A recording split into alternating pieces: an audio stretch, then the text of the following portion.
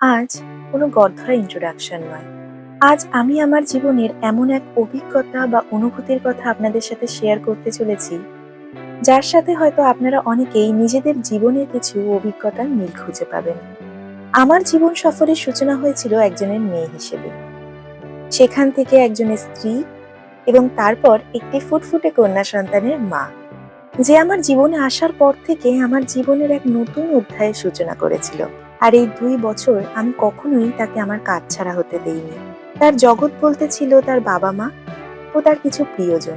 তবে আজ থেকে আমাদের জীবনের আরো একটি নতুন অধ্যায়ের সূচনা হলো। মা-বাবার সেই সুরক্ষিত আবরণ ছেড়ে বাস্তবের সাথে পরিচিত হওয়ার অধ্যায়। যেখানে আছে কিছু অচেনা মুখ, অজানা নতুন পরিবেশ আর অনেক আনন্দদায়ক বস্তু।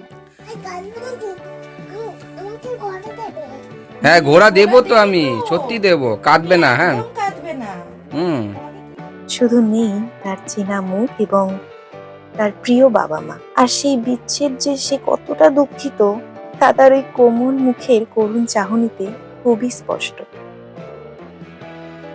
জানেন তো, নতুন ড্রেস, নতুন বই খাতা, ব্যাগ ইত্যাদি যখন হাতে পেয়েছিলাম, তখন সত্যি অনেক আনন্দ পেয়েছিলাম।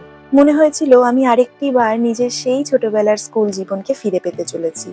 তবে যখন সেই আসল সময়টা এসে উপস্থিত হলো, যখন তাকে কিছু সময়ের জন্য এক অচেনা হাতে শুধুমাত্র বিশ্বাসের ভরসায় ছাড়তে হবে, তখন সত্যি সত্যি হঠাৎ যেন বুকের মধ্যে এক সজোরে ধাক্কা লাগলো।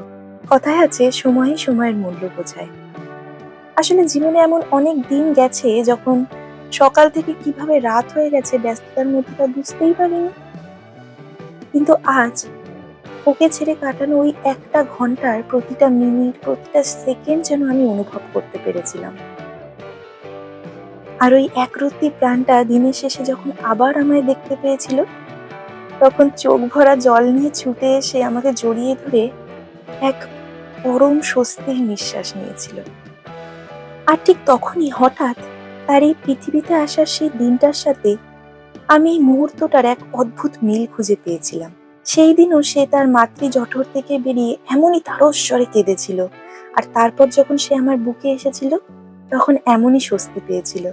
জানি একদিন আমরা দুজনেই হয়তো এই সবের সাথে ইউজড টু হয়ে যাব, তবুও জীবনের এই কিছু মুহূর্তগুলো আজীবন যেন স্মরণে থেকে যাবে।